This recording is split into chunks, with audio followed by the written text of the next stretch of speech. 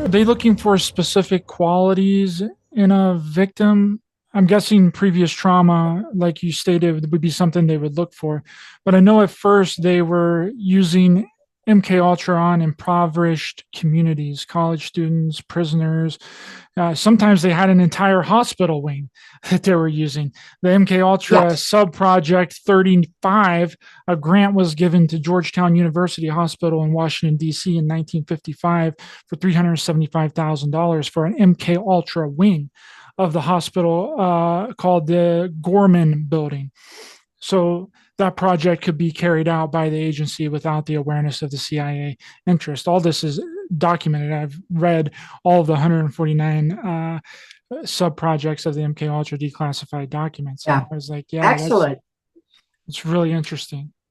And I think impoverished people are targeted um, because they're not going to have the finances and the ability um, to file a lawsuit and to bring the information to light. It's very, very difficult to have a voice when you have no money.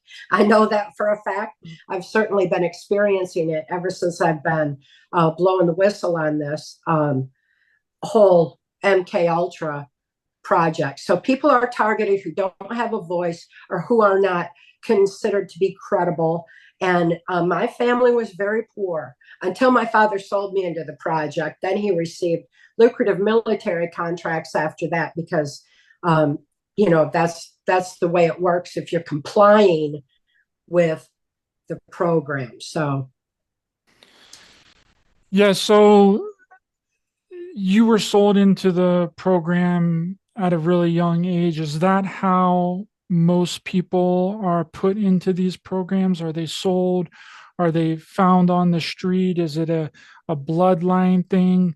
Like, how do most people get put into this MK Ultra or Monarch or any of the sub programs of MK Ultra?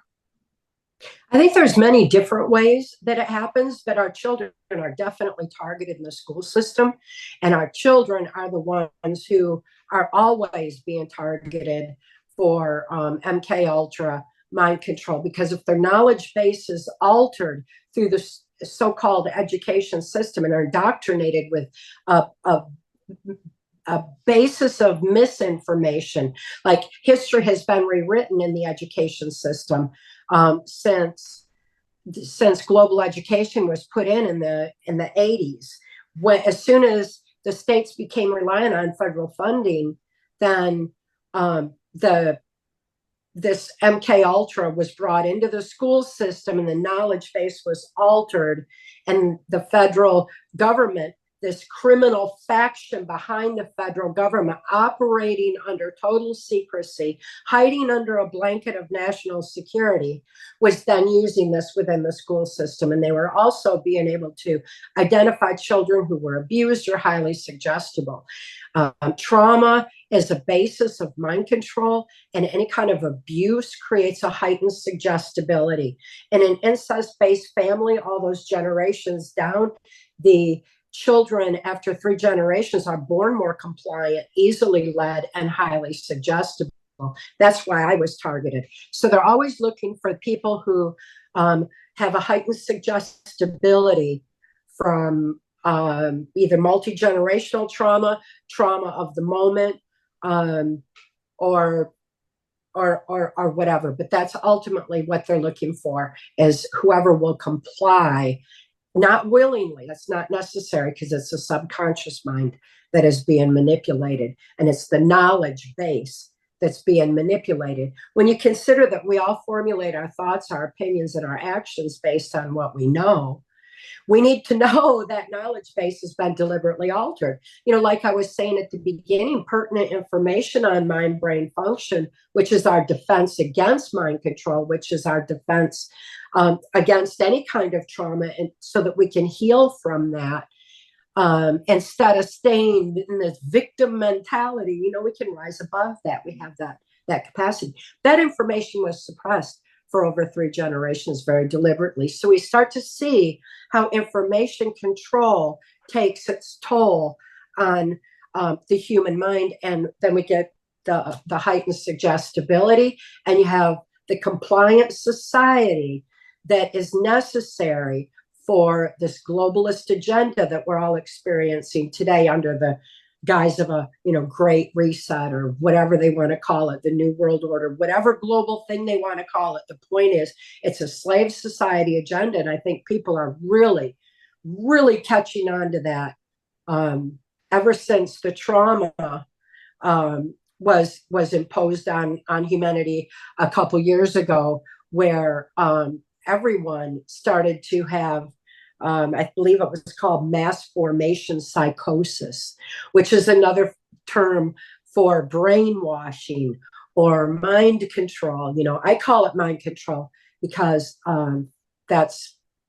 that was just the level that I was used on. That was the level that I was exposed to. And that's what is strategically and scientifically implemented on NASA and military installations.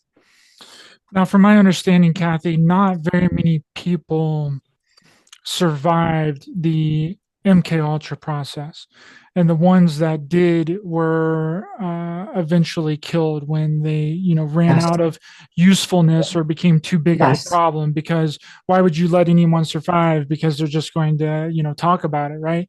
And that blows the whistle on the whole Right. operation.